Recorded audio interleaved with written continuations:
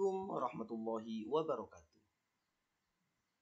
Berjumpa lagi dengan Bapak dalam pendidikan agama Islam dan budi pekerti untuk SMP atau MTS kelas 8 semester 2. Allah Subhanahu wa ta'ala mengutus manusia pilihan untuk mengajarkan kepada manusia lainnya dalam menjalani kehidupan yang benar agar dapat bahagia dan semangat di dunia maupun di akhirat. Manusia pilihan Allah Subhanahu wa ta'ala tersebut adalah Rasulullah Sallallahu Alaihi Wasallam. Nabi Muhammad mendapat wahyu dari Allah Subhanahu wa ta'ala berupa kitab Al-Quran, yaitu kitab suci agama Islam. Di dalam kitab suci Al-Quran terdapat pengetahuan tentang cara menjalani kehidupan yang baik dan benar. Dengan kata lain, Al-Quran merupakan petunjuk dan pedoman umat Islam dalam menjalani kehidupan di dunia maupun kehidupan di akhirat. Dalam kitab suci Al-Quran terdapat banyak kandungan dan pelajaran hidup. Selain itu, dapat pula perintah dan larangan Allah Subhanahu wa ta'ala. Salah satu perintah Allah Subhanahu wa ta'ala yang terdapat di dalam Al-Quran, kitab suci kita, yaitu perintah kepada umat Islam untuk memiliki akhlak yang baik, akhlak yang terpuji, perilaku yang terpuji yang diamalkan dalam kehidupan sehari-hari. Dalam hal ini, perilaku gemar beramal soleh merupakan akhlak terpuji, dan berbakti berbaik sangka kepada sesama dan akan membawa pelaksananya meraih kenyamanan, keamanan, dan ketentraman. Maka dari itu umat Islam harus memiliki dan selalu menerapkan akhlak atau perilaku terpuji tersebut dalam kehidupan sehari-hari. Maka dari hal itu, akan menyampaikan di sini tentang adab terhadap diri sendiri dan orang lain yang di dalamnya terkandung masalah akhlak. Sebelum masuk ke bab 3 ini, saya akan menjelaskan pengertian akhlak. Secara etimologis, kata akhlak berasal dari bahasa Arab akhlak dalam bentuk jamak, sedangkan mufradnya, bentuk tunggalnya adalah khuluq, yang dalam kamus Munjid berarti budi pekerti atau perangai atau tingkah laku. Pengertian akhlak khuluq, yang mana khuluq itu bisa berarti at-tab'u, tabiat, al-'adah, kebiasaan, as-sijiyah, sifat yang selalu menetap sejiyah dalam diri manusia. Ya. Secara terminologis, budi pekerti merupakan perilaku manusia yang didasari oleh kesadaran berbuat baik yang didorong keinginan hati dan selaras dengan pertimbangan akal. Al-Imam Ghazali dalam kitab Ihya-nya mendefinisikan akhlak ibaratun an hayatin fi nafsi rasikhati an tasaddur al-af'ali bisuhulatin wa yassara min ghairi hajatin ila al-fikr wa ru'yah.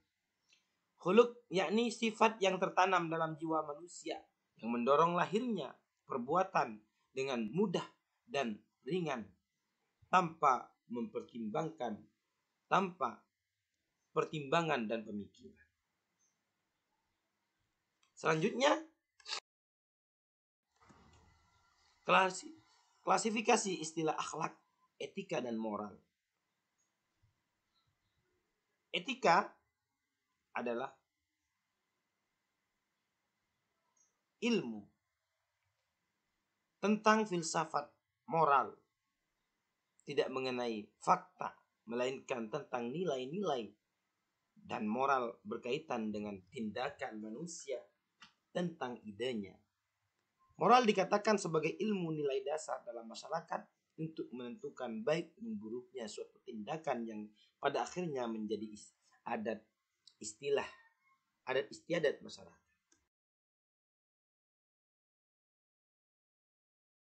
Selanjutnya, dalam bab 3 ini akhlak terhadap diri sendiri dan akhlak terhadap orang lain. Setelah kita tahu definisi akhlak, maka kita akan masuk ke dalam materi akhlak terhadap diri sendiri dan terhadap orang lain. Yang mana dalam bab ini akan dijelaskan akhlak terhadap diri sendiri dan orang lain. Yang pertama yaitu amal soleh, yang mana isinya ada 3. Akhlak amal soleh terhadap Allah, terhadap sama manusia, dan sama makhluk yang hidup di dunia ini. Sedangkan yang kedua, berapa? Prasangka baik atau husnudzon, yang mana di dalamnya terdapat 3 prasangka baik terhadap Allah, terhadap sama manusia, dan terhadap manusia. Sebagai khalifah di muka bumi diperintahkan oleh Allah Subhanahu wa taala untuk selalu beriman dan beramal soleh. Beriman dapat dilakukan dengan keyakinan di dalam hati dan diwujudkan dalam bentuk amal soleh dalam kehidupan. Hal tersebut dilaksanakan atas dasar agar mendapat ridho dari Allah Subhanahu wa taala. Selain itu, apabila hal tersebut dia laksanakan, maka Allah Subhanahu wa taala menyajikan kenikmatan surga yang di bawahnya mengalir sungai-sungai. Allah berfirman dalam Al-Qur'an, innal ladzina amanu wa 'amilus solihati yahdihim rabbuhum biimanihim tajri min tahtihimul anharu fi jannatin na'im. Terjemahnya, sungguhnya orang-orang yang beriman dan mengerjakan kebaikan niscaya diberi petunjuk oleh Tuhan karena keimanannya, maka di dalam surga yang penuh kenikmatan mengalir di bawahnya sungai-sungai. Al-Yunus, surat Yunus ayat yang ke-9. Selanjutnya, amal soleh. Amal soleh adalah gabungan dari 2 kata, yakni amal dan soleh. Amal berasal dari kata bahasa Arab yang berarti perbuatan. Amal hanya berkaitan dengan manusia karena hanya manusia yang dapat mengerjakan amal. Amal juga merupakan suatu perbuatan yang dilakukan atas dasar ilmu pengetahuan, pilihan, ikhtiar atau kesadaran dan kesengajaan atau niat. Selanjutnya, sedangkan amal soleh berasal dari bahasa Arab yang bermakna baik. Muhammad Abdu. Saleh adalah segala perbuatan yang berguna bagi pribadi, keluarga, kelompok, dan manusia secara keseluruhan. Menurut Az-Zamakhsyari, amal soleh adalah segala perbuatan yang sesuai dengan akal rasional, Al-Quran dan Sunnah Rasulullah SAW, sehingga dapat disimpulkan bahwa amal soleh adalah segala perbuatan yang bertentangan dengan maksiat sesuai dengan akal rasional, Al-Quran dan Sunnah. Bagaimana firman Allah Subhanahu wa taala dalam Al-Quran, man 'amila shalihan min dzakarin aw unsa wa huwa mu'minun falanuhyiyannahu hayatan thayyibah wa lanajziyannahum ajrahum bi ahsani ma kanu ya'malun. Barang siapa yang mengerjakan kebaikan, baik laki-laki maupun perempuan, dalam keadaan beriman, maka pasti tak akan kami berikan kepadanya kehidupan yang baik, dan kami akan berikan kepadanya kehidupan yang baik, dan akan kami berikan balasan dengan pahala yang baik dari apa yang telah mereka kerjakan. Selanjutnya, amal soleh dapat dikelompokkan, diklasifikasikan. Yang pertama, amal soleh terhadap Allah Subhanahu wa taala. Sebagaimana firman Allah Subhanahu wa taala, "Wa ma khalaqtul jinna wal insa illa liya'budun." Terjemah arti, dan aku tidak menciptakan jin dan manusia melainkan supaya mereka mengabdi kepada aku. Selanjutnya, amal soleh terhadap manusia.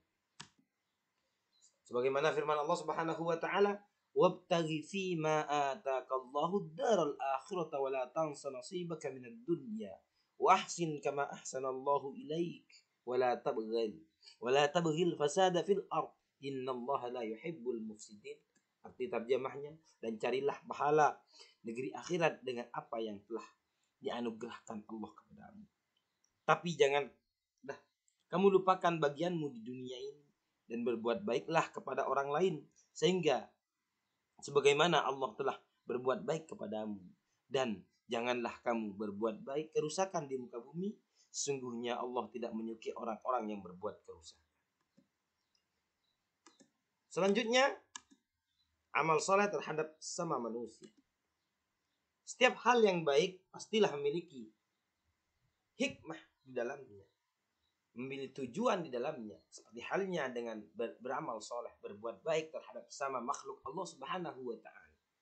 Adapun hikmah beramal soleh terhadap sama makhluk adalah sebagai berikut. Yang pertama, memperoleh kenyamanan dan ketenangan dalam hidup, mendapatkan balasan surga. Yang ketiga, melaksanakan ajaran Islam. Yang keempat, dicintai oleh Allah Subhanahu wa Ta'ala. Yang kelima, dihormati dan dihargai orang lain. Prasangka baik. Bagian yang kedua dari budi pekerti kepada diri sendiri dan orang lain, yaitu prasangka baik atau husnudzon atau positive thinking. Sebagaimana firman Allah Subhanahu wa Ta'ala dalam Al-Qur'an, ya ayyuhalladzina amanu jtanibu katsiran minadh-dhanni inna ba'dadh-dhanni ismun wa la tajassasu wa la yaghtab ba'dukum ba'dha ayuhibbu ahadukum an ya'kula lahma akhihi maytan fakarihtumuh wattaqullah innallaha tawwabur rahim. Artinya, hai orang-orang yang beriman, jauhilah kebanyakan prasangka atau kecurigaan, buruk sangka kepada orang lain, karena sebagian dari buruk sangka itu dosa. Dan janganlah mencari keburukan orang, dan janganlah menggunjing satu sama lain. Atau hadis Rasulullah sallallahu alaihi wasallam, wa Nabi Hurairah radhiyallahu anna Rasulullah sallallahu alaihi wasallam, iyyakum wadh-dhann fa inna dhanna akdzabul hadis, muttafaqun alaih. Terjemah hadis dari Abu Hurairah radhiyallahu anhu bahwa Rasulullah sallallahu alaihi wasallam bersabda, jauhkanlah dirimu dari prasangka buruk, karena sesungguhnya prasangka itu adalah perkataan yang paling bohong.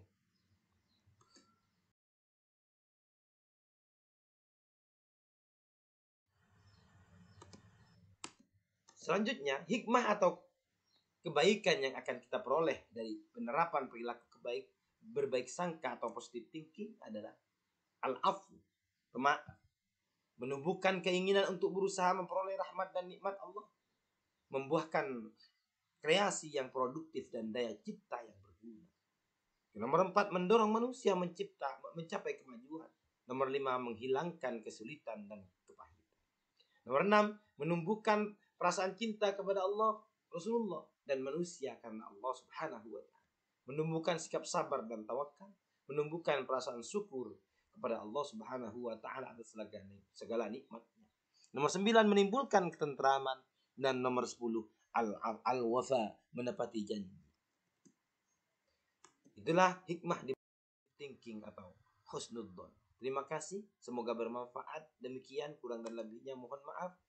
Selamat belajar dan akhiran. Wassalamualaikum warahmatullahi wabarakatuh.